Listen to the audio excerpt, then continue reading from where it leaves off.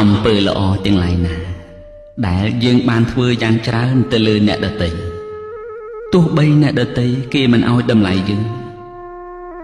កុំស្ដាយអំពើល្អដែលជួយទៅលើមនុស្សខុស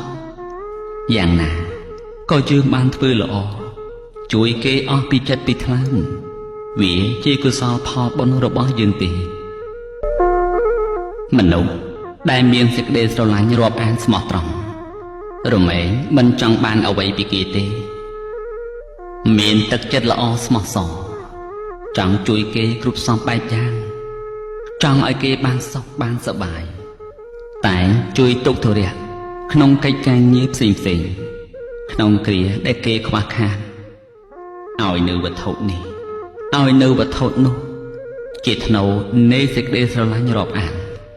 ដែលខ្លួនមានចំពោះទៅលើអ្នកដទៃនិយាយដោយពាក្យល្អប្រកបទៅដោយសច្ចភាពទៀងត្រង់មនុស្សប្រភេទនេះបើរាប់អានអ្នកណាហើយរាប់អានស្រឡាញ់រហូតដល់អស់ជីវិត